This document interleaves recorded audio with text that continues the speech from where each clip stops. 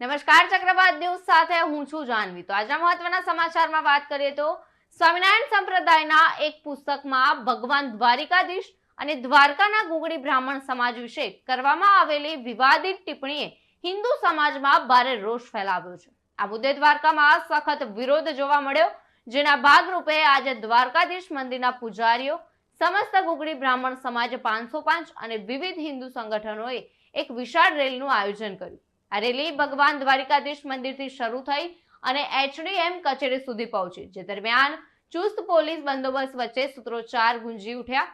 આ વિવાદનું મૂળ સ્વામિનારાયણ સંપ્રદાયના પુસ્તક શ્રીજી સંકલ્પ મૂર્તિ સદગુરુ ગોપાળાનંદ રેલી દરમિયાન સ્વામિનારાયણ સંપ્રદાયના કહેવાતા સંતો દ્વારા હિન્દુ દેવતાઓ પર અવારનવાર કરવામાં આવતી અભદ્ર ટિપ્પણીઓ સામે ઉગ્ર વિરોધ નોંધાયો। ગુગળી બ્રાહ્મણ સમાજે આક્ષેપ લગાવ્યો કે સ્વામિનારાયણ સંપ્રદાયના પુસ્તકમાં ભગવાન દ્વારિકાધીશનું અપમાન કરવામાં આવ્યું છે, જે તેમની ધાર્મિક લાગણીઓને ઠેસ પહોંચાડનારું છે।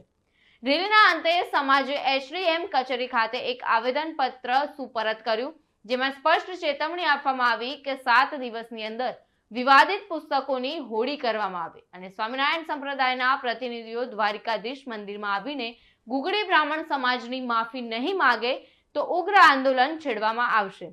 સ્વામીની વાતોમાં છે, જેમાં વાર્તા નંબર 33માં ભગવાન દ્વારિકાધીશ વિશે વિવાદિત લખાણ હોવાનો આક્ષેપ છે।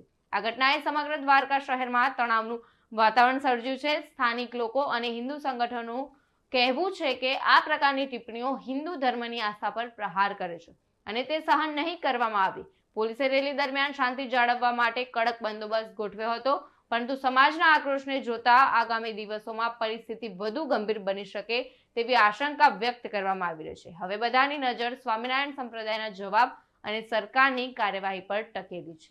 સ્વામિનારાયણ સંપ્રદાયના મંતો દ્વારા જે વાણી વિલાસ કર્યો એનો એક પ્રથમ તબક્કે વિરોધ કરવામાં આવેલ છે।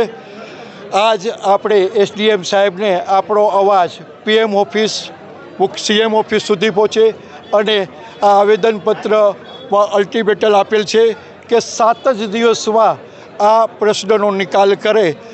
જો આ પ્રશ્નનો નિકાલ કરવામાં નહીં આવે તો લાખો દ્વારકાના ભક્તો, દ્વારકાધીશના ભક્તોને સાથે લઈ, દ્વારકાના નગરજનોને સાથે લઈ, દ્વારકાના તમામ જ્ઞાતિના પ્રમુખો, પ્રજાને સાથે લઈ, દ્વારકાના વેપારી મંડળો અને તેના જે કોઈ કરતા હોય એને સાથે લઈ અને અમે આ આંદોલનને આગળ વધારશું।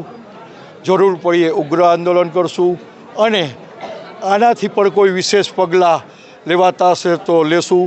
કોર્ટ રાહે, સિવિલ રાહે જે કંઈ ફરિયાદો થઈ શકતી હશે, ફોજદારી થઈ શકતી હશે, એ તમામ પગલાં અમારા દ્વારા લેવામાં આવશે। અસ્તુ, જય દ્વારકા।